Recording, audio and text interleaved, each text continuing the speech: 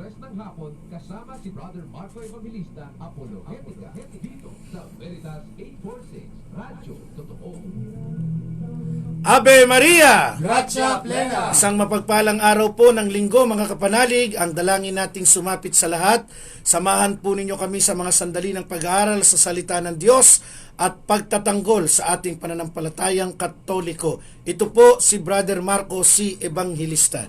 Isang mapagpalang hapon po sa lahat po ng mga kapanalig na nakikinig at nakatutok po sa programang Apologetica ng Radyo Veritas 846, ang radyo ng simbahan. Ipagtanggol po natin ang ating pananampalataya sa lahat ng oras at pagkakataon. Ito po si Brother Louis Hermosa ng Company of St. Dominic, Archdiocese of Manila.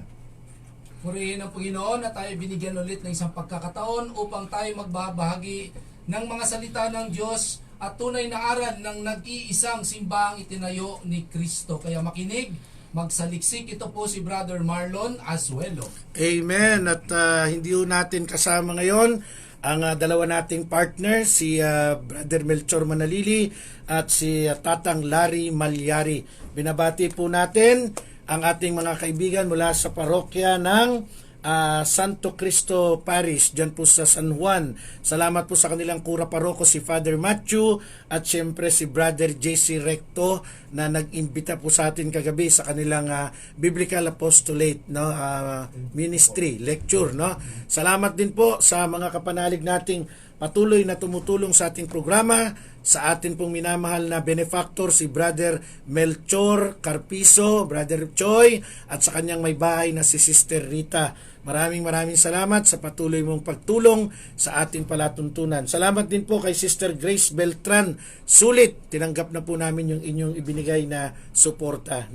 At siyempre binabati natin si Brother Nick Aguila, Salesian of Don Bosco ng Diocese of Tarlac. Nasa Tarlac, Don Bosco Tarlac. And speaking of Tarlac, nandyan din si Brother Jello, Brother Jello Dueñas. Okay. At binabati rin natin, thank you po Sister Nena Despidiones ng Maryland, USA. Ingat po kayo dyan. Salamat po sa inyong pagsuporta. Salamat din po sa mga kapanalig nating patuloy na tumutulong sa atin. Iisa-isahin ko yan, maya-mayang kaunti.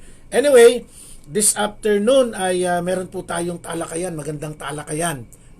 At ito po ay kaugnay sa hindi natin, at ito ba ay matutuklasin natin kung ito ba ay sakramento, ito ba ay doktrina, ito ba ay dogma? Ano ba pwede nating ilarawan itong ating pag-uusapan? Ito po mga kapanalig is all about the tinatawag nating celibacy, the vow of celibacy na mayroon po sa ating mga kaparian.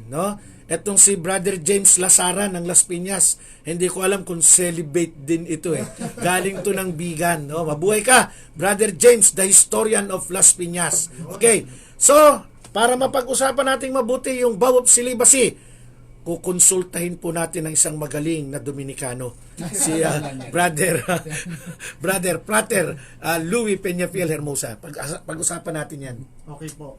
Ang ibig pong sabihin ng celibacy, ito po ang termino na ginagamit ng Santa Iglesia na sa hindi pag-aasawa ng pari, ang tinatawag na celibacy.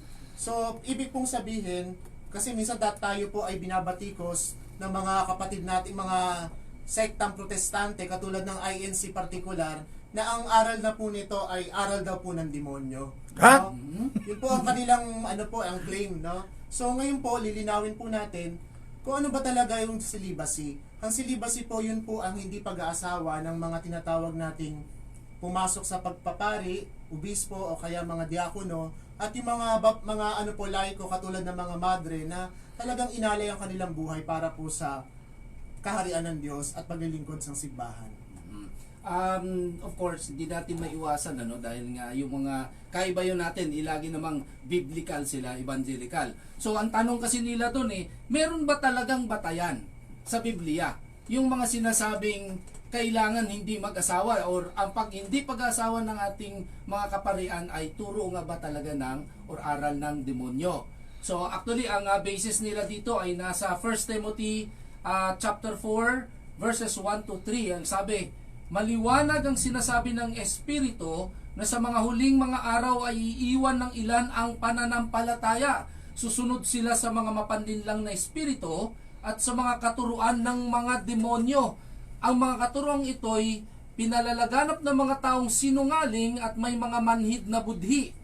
Ipinagbabawal nila ang pag-aasawa at ang ilang uri ng pagkain, mga pagkaing nilikha ng Diyos upang kaining may pasasalamat ng mga mananampalataya at nakakaunawa ng katotohanan. So meron din po pala sila, Brother Marco, biblical basis. Pero titingnan natin yung tunay na aral ng ating simbahan kung talaga bang ito ay may basihan.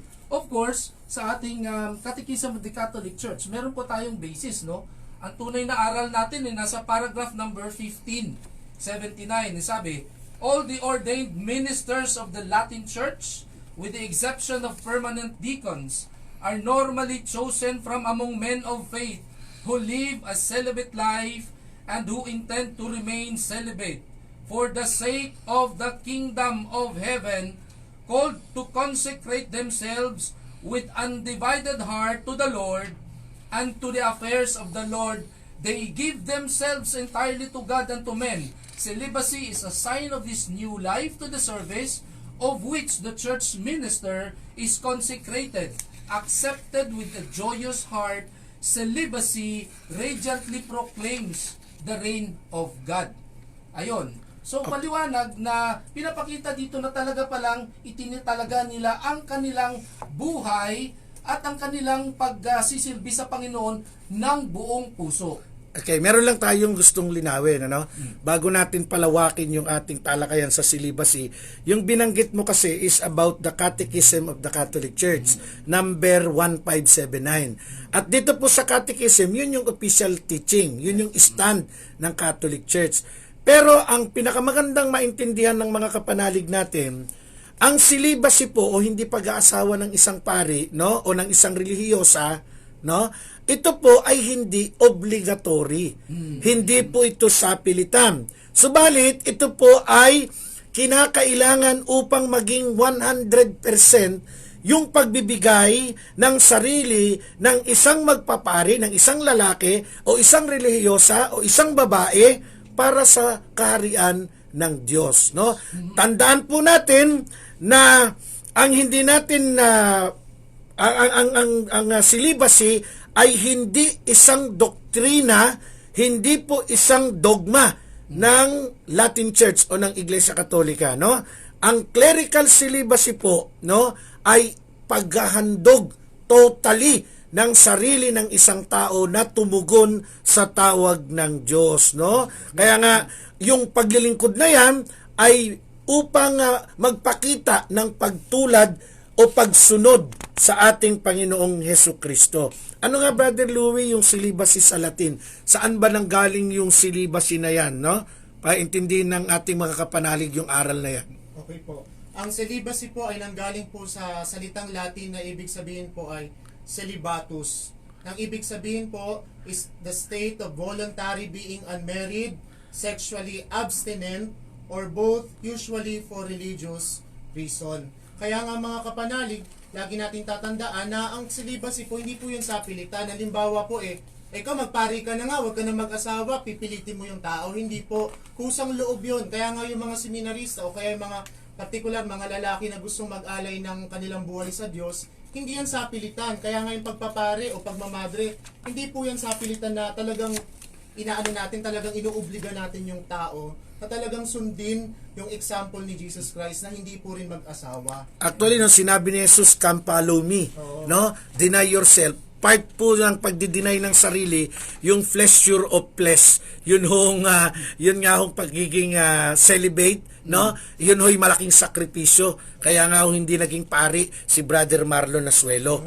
Sabi nung Catechism of the Catholic Church 1579, pinagtitibay nito na ito'y napatutungkol lamang sa mga ordained ministers, no? Meron pa rin tayong support diyan po sa Code of Canon Law, chapter 3, number 277. Ano sabi diyan, Brother Marlon, ng ating Canon Law? Ito yung sinasabi, clerics are obliged to observe perfect and perpetual continence for the sake of the kingdom of heaven, and therefore are bound to celibacy, which is a special gift of God, by which sacred ministers can adhere more easily to Christ with an undivided heart and are able to dedicate themselves more freely to the service of God and humanity. Magbabalik po tayo.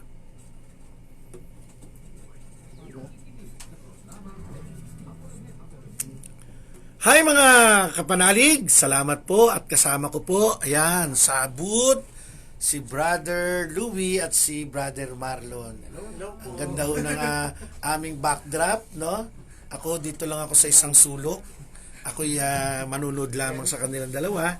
Pero dahil ho talaga namang likas tayong madaldal, hindi tayo makapigil. Pero magpapahinga ho talaga yung aking lalamunan dahil sa sunod-sunod na mga speaking engagement natin. So sa mga susunod na sandali ho, ay nakatutok po yung ating video live sa dalawang magiting na apologista, isang Dominikano at isang teolohista, no? Estudyante ni Father Tony Auriada, no? At maraming salamat po mga kapanalig doon sa mga nagsusupport ng ating program, no? Si Sister Sinaida Rakpan, salamat po. Mamaya babanggitin ko kayo yung mga tumutulong. Okay, salamat. Si Brother Choi ay nag-text sa akin at nag-express uli ng kanyang support para sa ating programa, no? So after the Code of Canon Law, meron ng paglilinaw na gagawin si Brother Louie para mas maintindihan natin yung issue, no, ng celibacy. Alam mo ninyo, nakakalungkot na batay lamang dun sa 1 Timothy chapter 4 verse 1 to 3 na sinasabing ipagbabawal ang pag-aasawa, yung mga bagong sulpot na mga kulto, lalo ng Iglesia ni Cristo 1914, talaga namang umatake sa ating mga kaparian, no? Dapat nating maintindihan yan. Ave Maria! Gratia plena. So binasa ni Brother Marlon yung Code of Canon Law chapter 3 number 277, no? At nakalagay sa uling bahagi yung mga clerics, yung mga relihiyoso, dinidedicate po nila ang kanilang sarili more freely for the service of God and humanity. So yun ho palang kanilang pagiging celibate, hindi lamang ho for the service of the Lord, pati ho pala paglilingkod sa humanity, sa tao, meron nung malaking kapakinabangan ito. Bakit? Sapagkat kung imagine niyo po na ang ating mga pari may asawa, may pamilyang inaasikaso, hindi ho sila makakapag-concentrate mabuti o makakapagbigay 100% ng kanilang dedication in the service of the Lord. So affected po tayong mga mananampalataya. Kaya nga po maliwanag po sa aral ng Santa Iglesia Katolika na ang celibacy o hindi pag-aasawa ng isang pari o relihiyoso ay pagtatalaga ng sarili para sa interes ng kaharian ng Diyos. Kaya nga yung mga priest natin, yung mga nuns, mga religious, kumbaga talagang single-hearted dapat talaga eh. Pag ikaw ay talagang susunod sa Panginoon, wala yung tagbagay, meron ka pang mga extra talagang nakafocus ka sa isang bagay, yung paglilingkod sa Diyos. At yung sinabi ni Brother Marco, yung humanities o yung mga talagang pagtulong sa kapwa. Di po ba? Kasi yun naman ang layunin ng Diyos, yun yung layunin ng kaharian, paghahari ng Diyos. Yan. So actually, ang isang practical example natin yan. For example, kung may asawa ka, di mahahati yung atensyon mo imbes na lahat ng oras mo ay nakadevote lamang doon sa gawain, no? Of course, ibig sabihin, mali yung references nila doon sa 1 Timothy.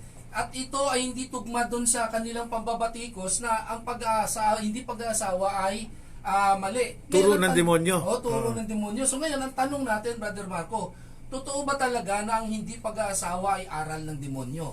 So of course, wala tayong ibang pagbabasihan kundi hayaan natin yung Biblia ang sumagot. So yan ay makikita natin sa Matthew chapter 19 verses 10 to 12. Linawin lang natin yung tanong, Brother Marlon, para maintindihan ng mga kapanalig, Ang tanong po, totoo ba yung sabi ng mga Iglesia ni Cristo ministers at ng ibang protestante na ang hindi pag-aasawa ng mga pari ay aral ng demonyo?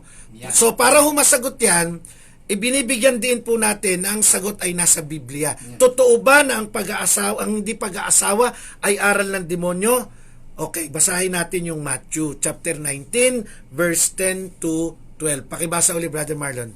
Sinabi naman ng mga alagad, kung ganyan po ang kalagayan ng lalaki sa kanyang asawa, mabuti pang huwag na siyang mag-asawa.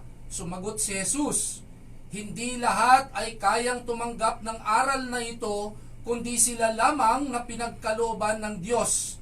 Sapagkat may iba't ibang dahilan kung bakit may mga lalaking hindi makapag-asawa.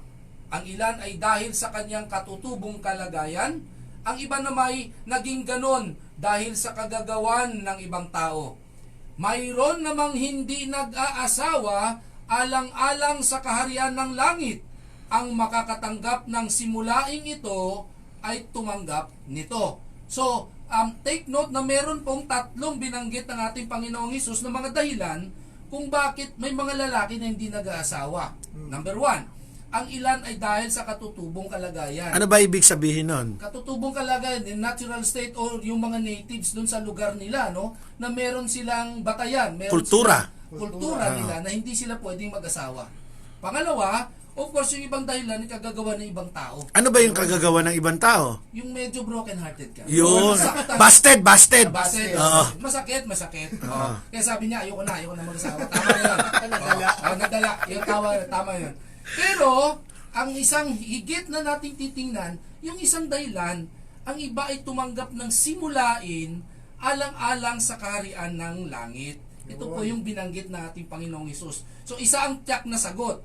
Ang hindi pag-asawa ng isang lalaki, dahil sa nabanggit na tatlong dahilan, lalo na't alang-alang sa kaharian ng langit, Ay! hindi aral ng demonyo. Yun. Di ba? Maliwanag Kaya nga, yun. mga kapanalig, yung basihan nila na ang celibacy ay aral ng demonyo, yung 1 Timothy chapter 4 verse 1 to 3, ito po ay palpak. Palpak. No, na ilalapat mo yun sa celibacy kasi hindi nila inuunawa kung ano ba yung aral doon na talagang pinagbawal ng sa pag-aasawa. No, kasi tayong mga Katoliko, hindi po talaga tayo pinabawalan mag-asawa. In fact, halos every week may kinakasal sa simbahan, no? Kaya ito pong ano na to, pagpapari na to, yung tinatawag nating celibacy, ito ay alang-alang sa kaharian ng langit. Ito po ay hindi aral na pagsunod sa demonyo. Kaya nga ang kaharian ng langit dahil sa Diyos, hindi naman para sa impyerno yun, kundi para sa kaharian ng Diyos, no? Talagang yun ay talagang pagsunod talaga sa Tsaka aral ni maliwanag, Kristo. maliwanag yung sinabi ni Jesus ang makatatanggap ng simulaing ito ay tumanggap nito. No? So ibig sabihin, kahit pala gusto mo maging pare, pag hindi ka tinawag ng Panginoon, hindi ka magiging pare, no? Alang-alang sa kaharian ng Diyos. Dadagdag lang, Brother Marco, Brad Louie. Kung minsan kasi, dito sa ating mga pinag-aaralan, common sense na lang po. Bakit nagiging aral ng demonyo ay ang pagtatalaga ng pari ng kanyang sarili ay para sa kaharian ng Diyos? Malinaw yun. So, ang demonyo at Diyos mag-iisa ba? Oh. Actually, Brother Marlon, ako iko-correct lang kita. Kasi sabi mo common sense. Wala nga sila nun eh. Ay, ganun ba? Sorry naman. Sabi ni Brother Marlon, common sense daw. Sabi, gamitin ng mga tagapagturong protestante.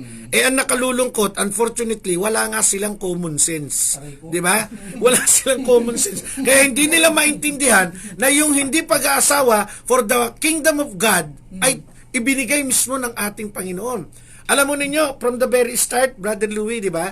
Meron talagang mandato ang Diyos sa mga taong pinipili niya para ihandog o italaga yung kanyang sarili. Saan ba natin pwedeng mabasang bahagi ng Biblia yan? Ito po sa Hebreo chapter 5 verse 1 to 4. Ang bawat dakilang saserdote pinili sa mga tao at itinalagang maglingkod sa Diyos. Ang karangalan ng pagiging dakilang pari ay hindi maaaring makamtan ninuman sa kanyang sariling kagustuhan. Ang Diyos ang pumipili sa kanya tulad ng pagkapili kay Aaron.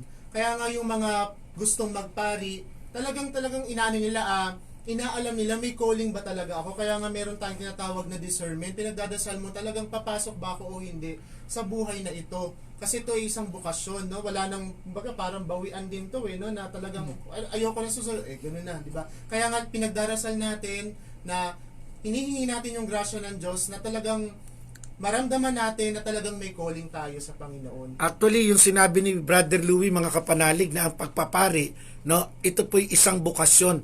Hindi po ito profesyon. No? Hindi po katulad ng iba, nagbabasa ng Bible, pagkatapos magpaparehistro, yung iba nag-aaral sa mga evangelical school, pero meron pong ibang benepisyo silang hinihintay o inaasahang makukuha sa sarili nila. Kasi hindi bukasyon, kundi profesyon yung kanilang ginagawa. Ito isang tanong. No? Sabi ng mga kritiko, ng mga heretiko, yung mga apostol ng Panginoong Yesus, may mga asawa yan. Tulad ni San Pedro.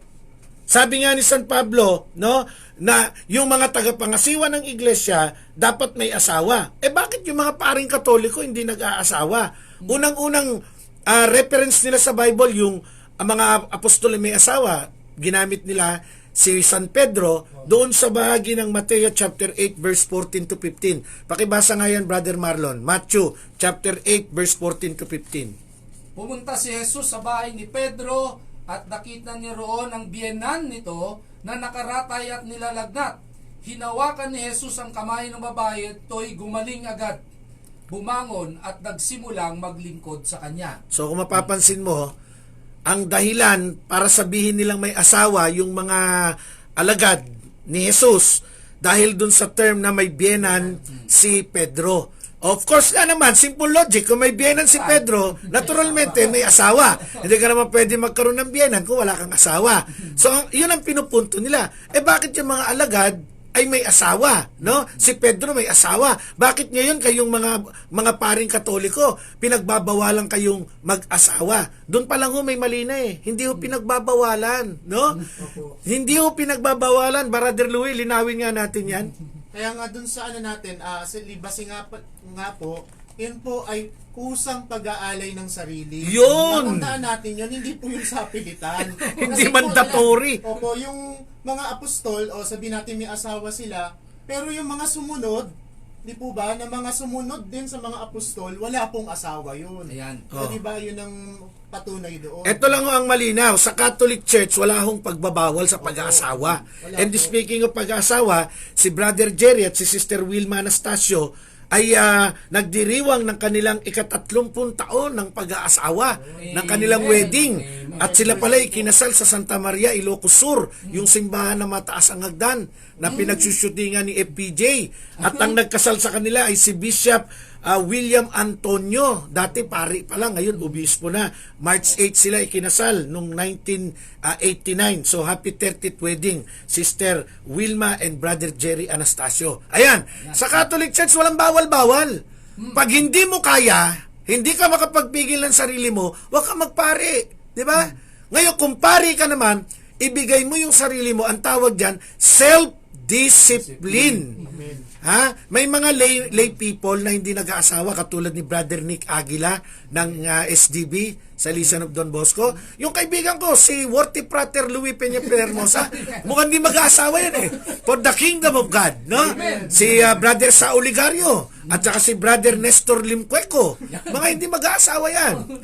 Si Brother Marwil Yasos, wag na rin mag-asawa yan. Si Father Abe Erganyosa, huwag ka mag-aasawa.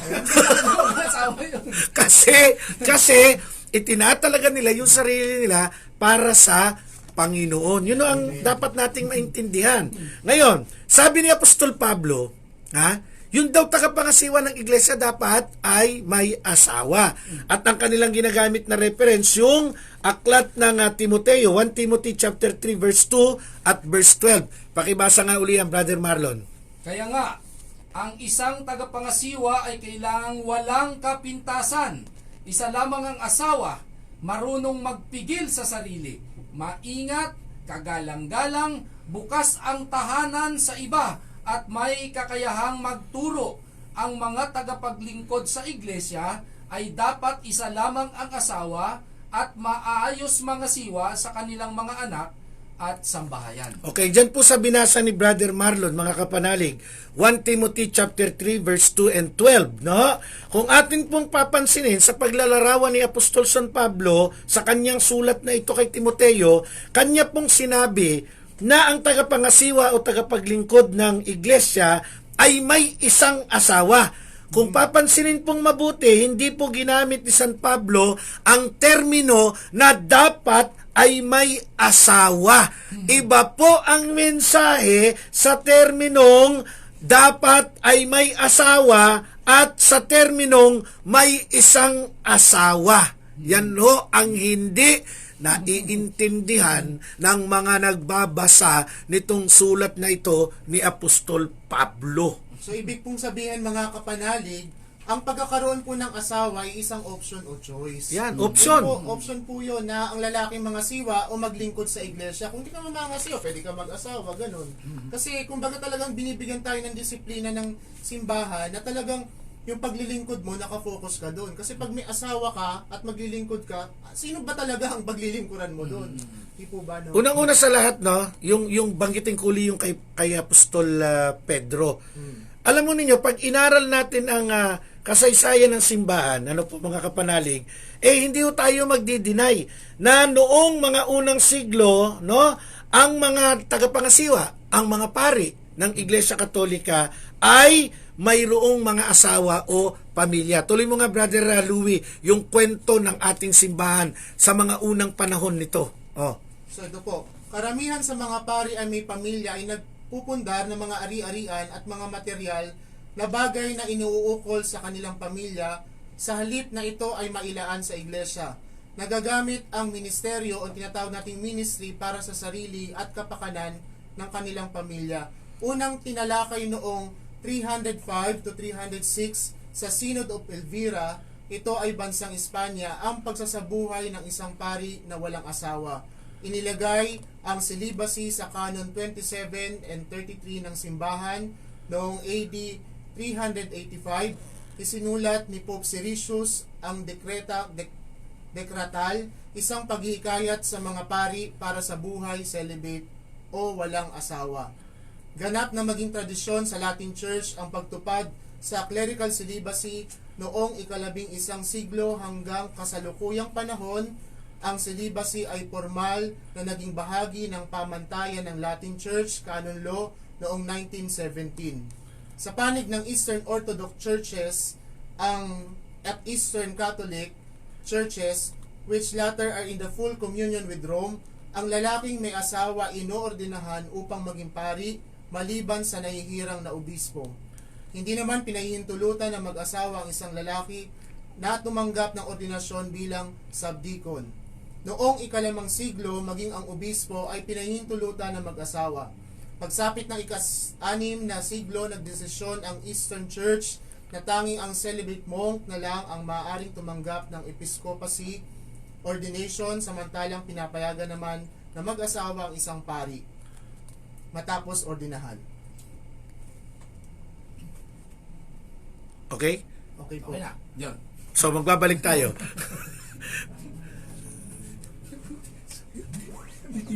Hindi ako nakatingin dun eh.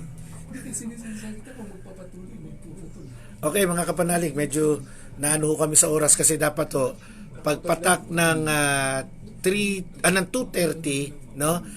Meron ho tayong tinatawag na cut dun sa program. So, dahil ako ay nakapwesto dito sa harap ng dalawang main anchor, hindi ko na monitor yung oras. Oras, Brother Louie. Mga kapanalig, Philippine Standard Time, 33 minuto makalipas ang ikalawa ng hapon.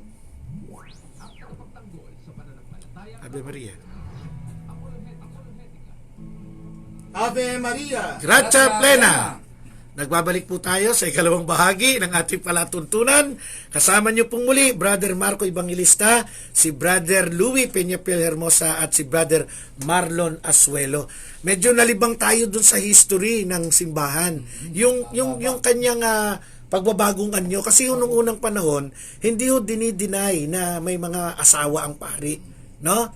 Pero, nakita ng simbahan yung malaking problema eh. Pag may asawa yung mga pari, kasi instead na yung simbahan ng kanilang asikasuhin, nagpupundar sila ng para sa kanilang pamilya, no?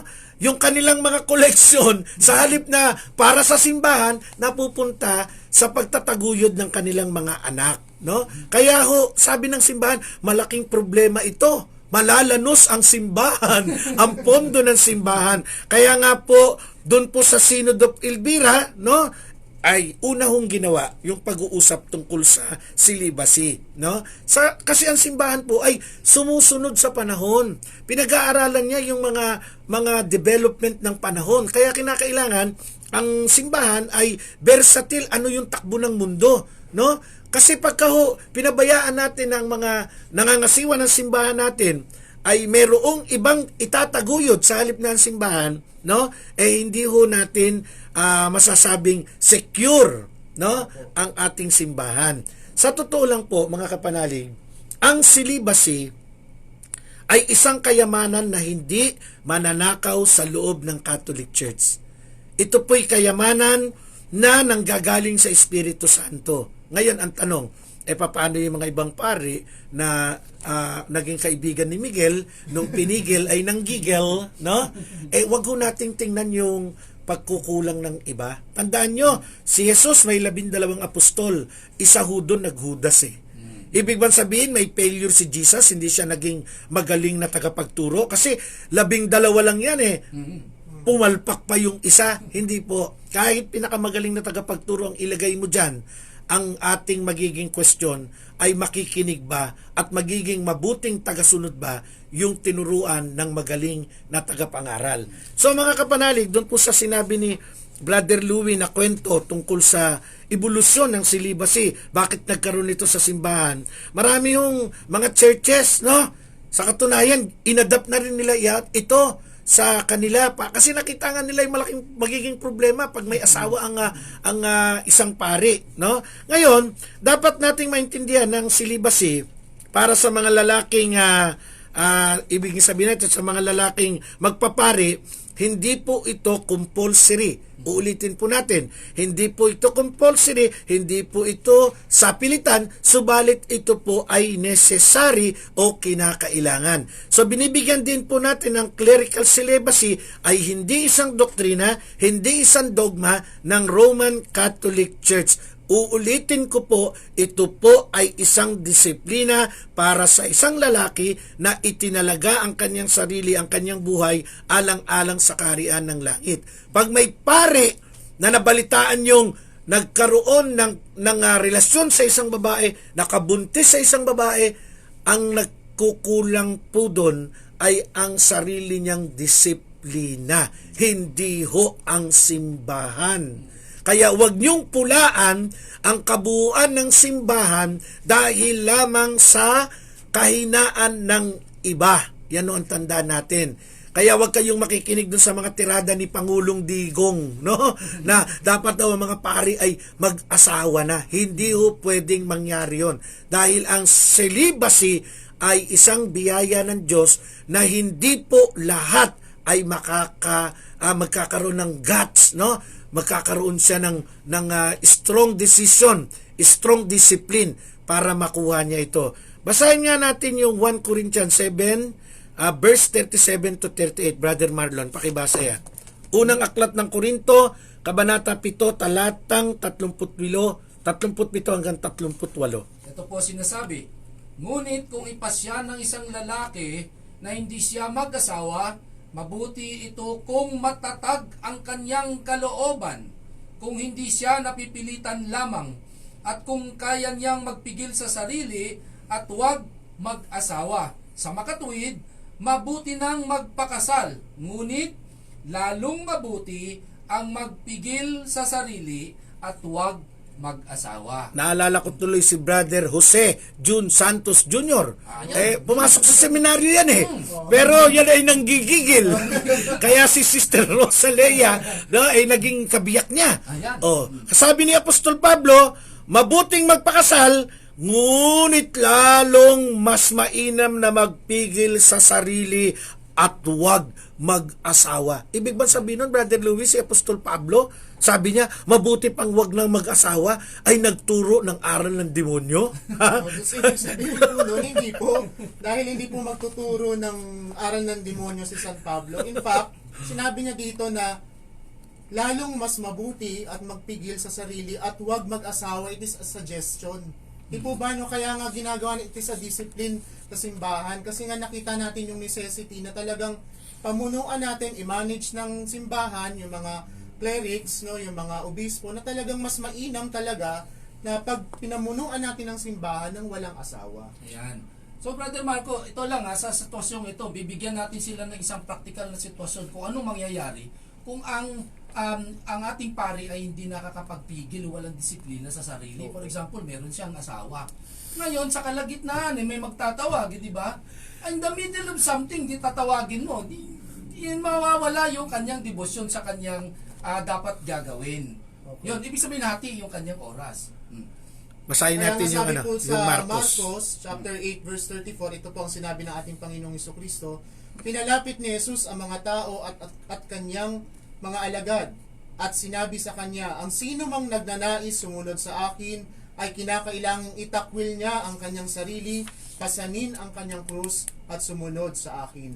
Kaya nga maliwanag, di ba, no? Yung celibacy po, isang paglimot na rin yun sa inyong sarili, no? Pagsunod kay Kristo at sa kanyang example. So actually yung pagtalikod sa yung pagtalikod sa kanyang sarili, yung pag-iwan ng mga bagay para sa sarili, yan po ay kaganapan, no? Kaganapan ng pagsunod sa ating Panginoong Hesus. Kaya nga po, sa isang lalaki na nagnanais mag-asawa, kinakailangan niyang itaguyod yung kanyang pamilya, yung pangangailangan nito, no? Ang kanyang focus, yung kanyang atensyon ay mauukol para sa kanyang asawa at sa kanyang anak. Samantalang ang isang lalaki na mag-iiwan at tatalikod ng lahat ng bagay para sa mundo, including yung kanyang magulang, kapatid, asawa, anak at iba pa, no? Itatalaga ang kanyang sarili sa paglilingkod alang-alang sa kaharian ng langit.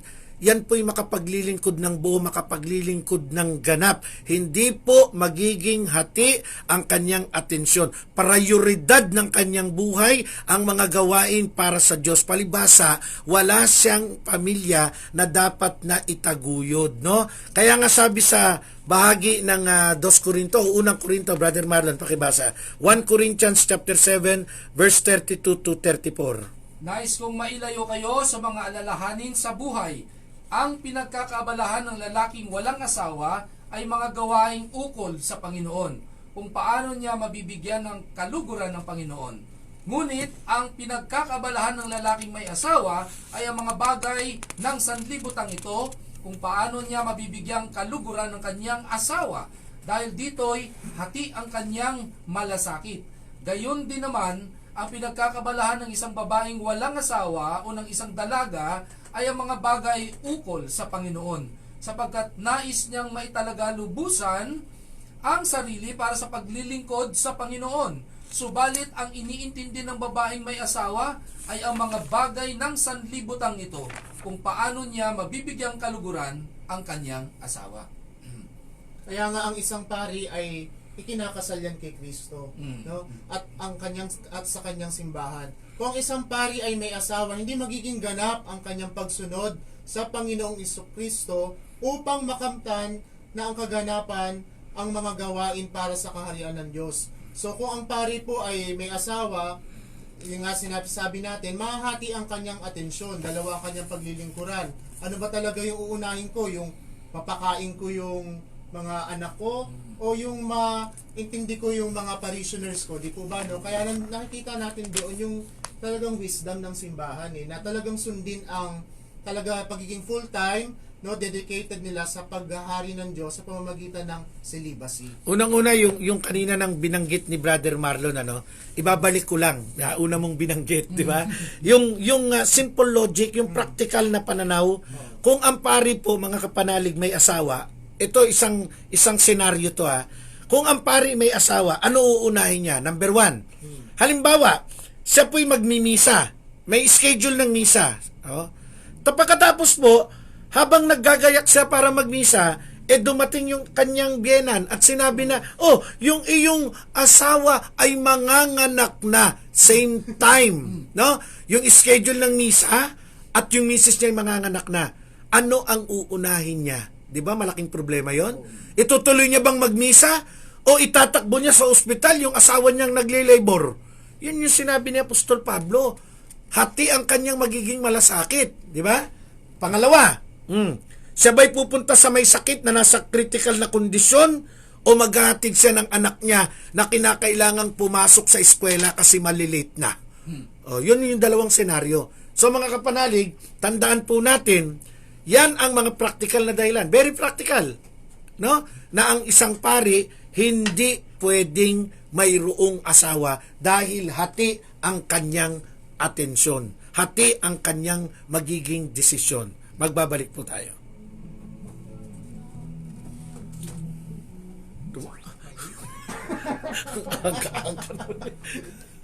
Sinesensyon lang kita.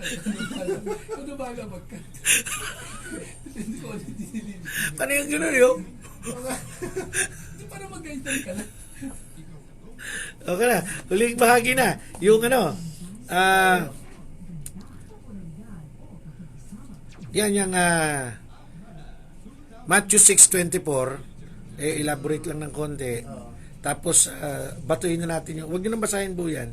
Basta basahin lang yung Matthew 6:24. Tapos yung 1 Corinthians 7:8.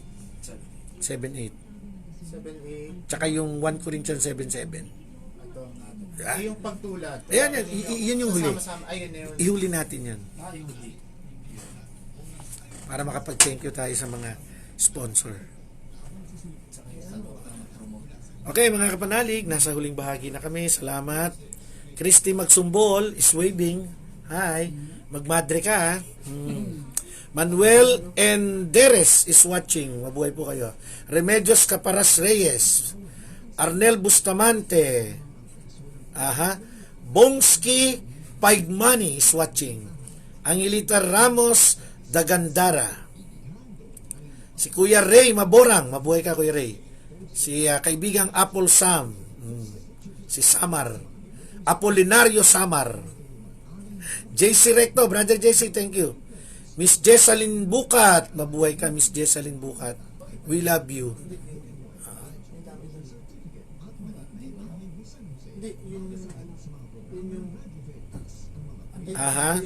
Si Mother Pauline Bacani. Mother Pauline is waving.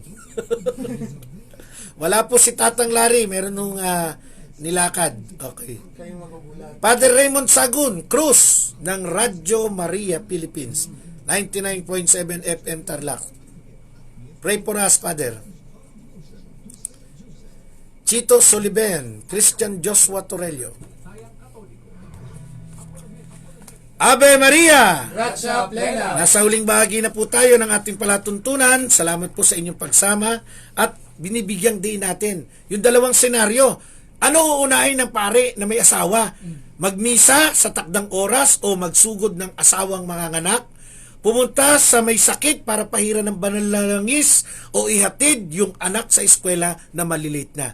Mahirap po yun. Kaya nga sabi ng ating Panginoong Jesucristo, Matthew chapter 6 verse 24, walang makapaglilingkod ng sabay sa dalawang Panginoon, sapagkat kapuputan niya ang isa at iibigin ang ikalawa. Paglilingkuran ng tapat ang isa at hahamakin ang ikalawa. Huwag kayong makapaglilingkod o hindi kayo makapaglilingkod ng sabay sa Diyos at sa mundo, sa Diyos at sa kayamanan. So yan no ang very reason kung bakit sa Catholic Church, Latin Rite, ang mga pari namin ay walang asawa. Yan no ang kayamanan ng aming simbahan. Kaya dun sa mga paring walang asawa, pinagdadasal po naming manatili kayong walang asawa. Lalong-lalo na yung mga mahal nating kaibigan, si Father Luisito Gatdula ng San Antonio de Padua, dyan po sa Silang Cavite, si Father Robert de la Cruz na nag-pledge ng 2,000 monthly para sa ating programa. Mabuhay ka, Father Robert.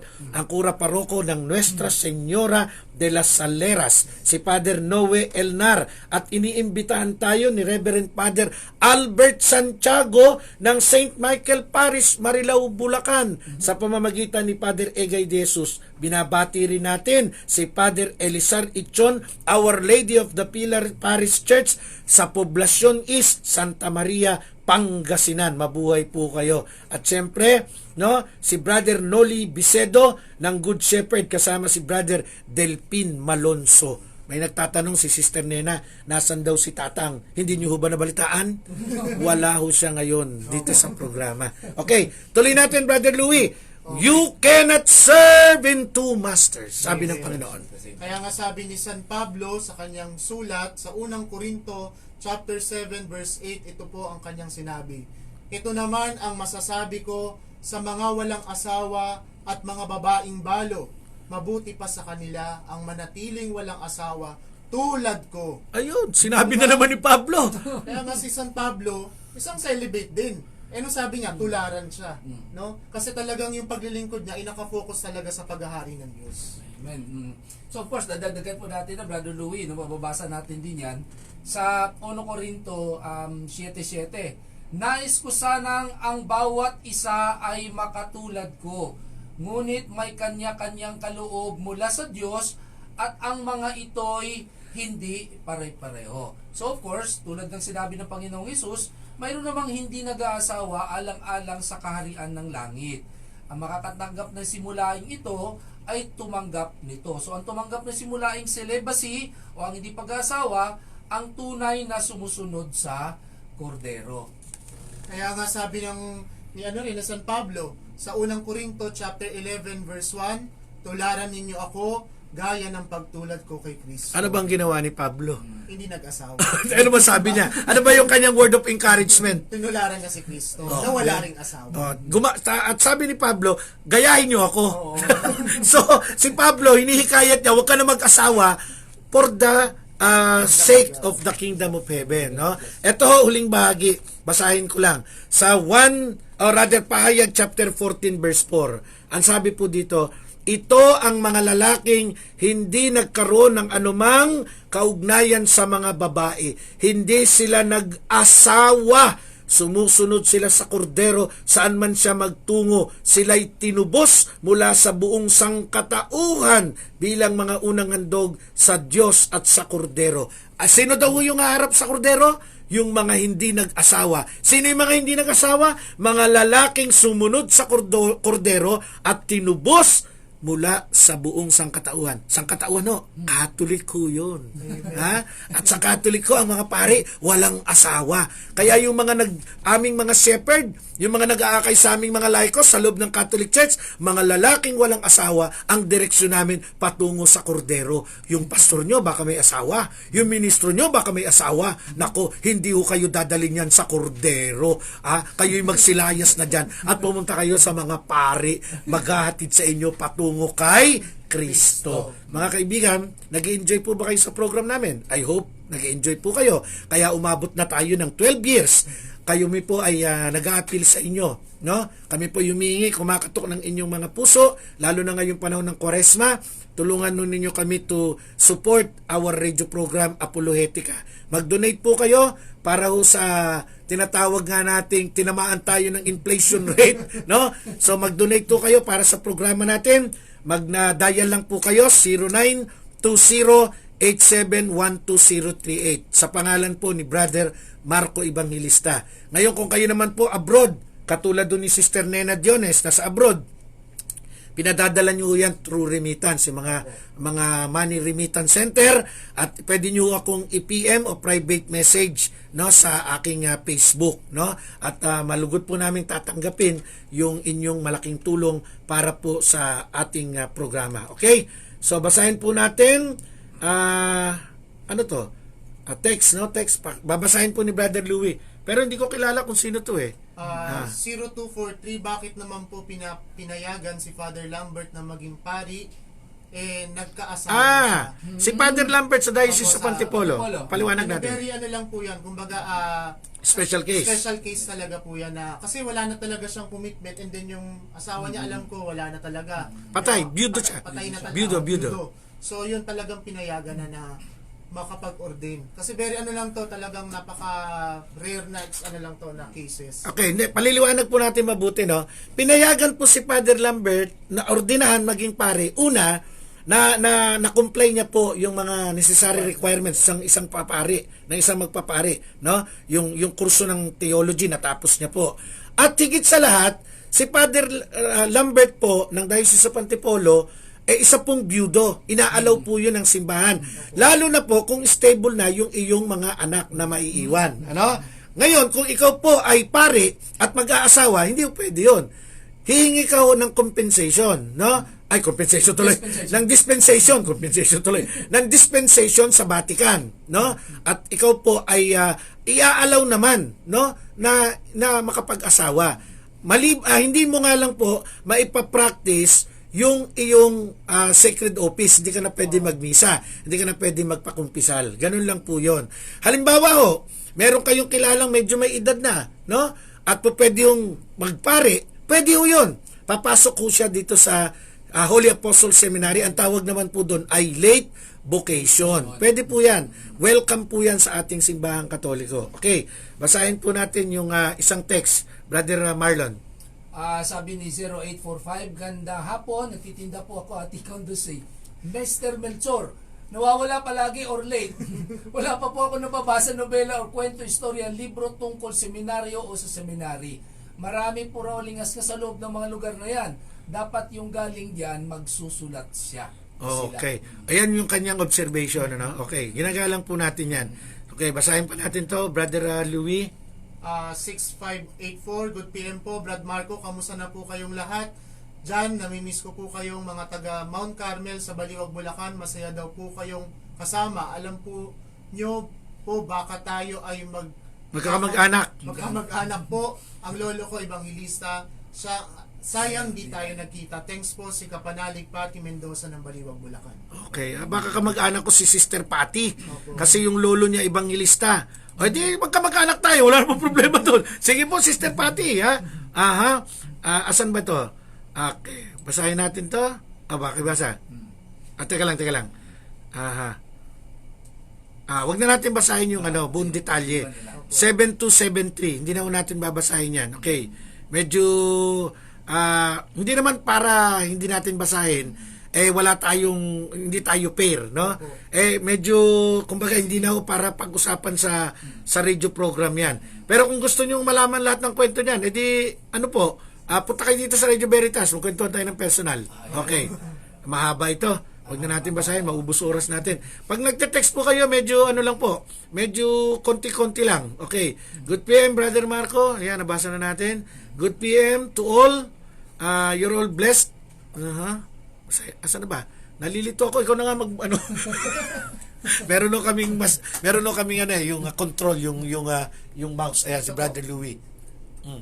Maraming salamat po, Brad Marco, Brother Louis, Brad Marlon. Mabuhay Radyo Veritas, ang radyo ng simbahan. More power to your program. At mapagpalang hapon po sa inyong lahat. God bless, galing kay 4136. Maraming salamat po. Ipagdasal niyo kami. Sige, basa pa. Ano ba?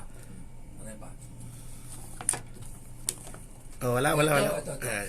Sige, basa. Nagpapasalamat lang si 4136 Wilma P. Anastasio po here. Salamat po, Brother Marco. Mabuhay. Klase natin yan sa theology. po. Thank you muna pala. Thank you kay Father Noli Fernandez ng Santa Ana Church dyan po sa Pampanga. Father Noy, salamat po. Okay. Brother Marco, may maganda 7585. Mapagpalang hapon mo mga kapanalig. Gusto ko lang batiin na maligayang kaarawan si Kapanalig Jose Sikwana, Kapanalig Freddy Magtibay, Holy Cross Parish, North Caloocan. Happy birthday, Kapitan Joe! Namimiss na namin Happy birthday! Salamat po kay Sister Babilina Silva ng Project 7, Sister Miriam Chan, Sister Sinaida Rakpan, Brother Porfirio and Sister Rosalina Tongko, si Brother Joseph Soleta, Brother Dante Carbonel, Sister Victoria De Harlo, Brother Tony Garcia, and Sister Herminia Bendera. Maraming salamat po. Si Brother Tony Clarete, maraming salamat din po. Birthday niya po, no? Ni Brother Tony? Ay, happy birthday, Brother Tony Clarete ng tinatawag nating St. Peter Men's Society. Okay. Meron pa tayong babasahin? Siguro, last na lang po ito, no? Sabi ni 9818, good PM po, napaka-loving, merciful po ni Jesus kasi po si St. Peter ay married at may mother-in-law. Roman Catholic po kami. Maraming salamat po. Kapanalig, Mary Elsa Semenyoke. Okay. Totoo yan, totoo yan. No? Lahat to ng tao, may asawa o wala, mahal ng Diyos. Pero mas mainam mo kung tayo'y maglilingkod sa Diyos in the spirit of in the spirit of priesthood, dapat to wala talagang asawa o yung mga religious. Okay. Wala na tayong oras mga kapanalig. Salamat sa inyong muling pagsama sa amin hanggang sa susunod. At syempre after namin yung Sige, Citizenship by Good Example ng Kapisanan ni Jesus at Yesu Bible Hour ni Brother Evangelist Noel Villanueva at ni Architect Neil Villanueva. Ako po si Brother Marco C. Evangelista. Ako po si Brother Louie Hermosa. Ito naman po si Brother Marlon Azuelo. Ang buong persa po ng Radio Veritas ay nagsasabing, sumain nyo ang katotohanan. Maraming salamat po. Ave Maria. Ayan o, bye-bye!